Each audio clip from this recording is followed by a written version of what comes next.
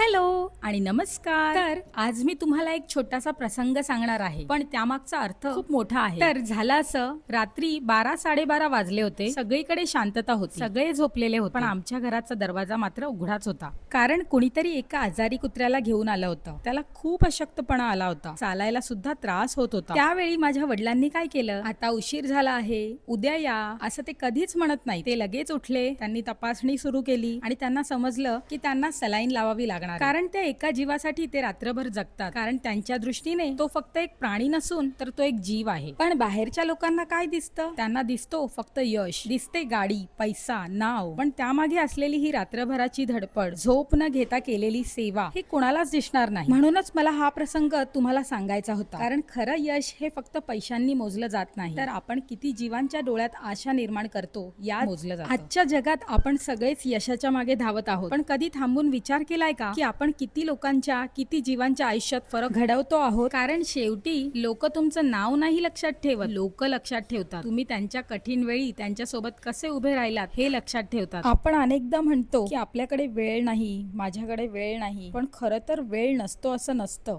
आपली प्राधान्य वेगवेगळी असतात। माझ्या वडिलांकडून मी एक गोष्ट नेहमी शिकले, जेव्हा एखाद्या जीवाला तुमची गरज असते तेव्हा घड्याळाकडे नाही तर मनाकडे बघायचं असतं, कारण त्या क्षणी तुम्ही दिलेला थोडासा वेळ कोणाचं तरी संपूर्ण आयुष्य बदलू शकतो। पैसा आणि प्रसिद्धी ही क्षणिक असते, पण मनापासून केलेल्या सेवेमुळे मिळणारे आशीर्वाद आयुष्यभर तुमच्यासोबत चालत राहतात।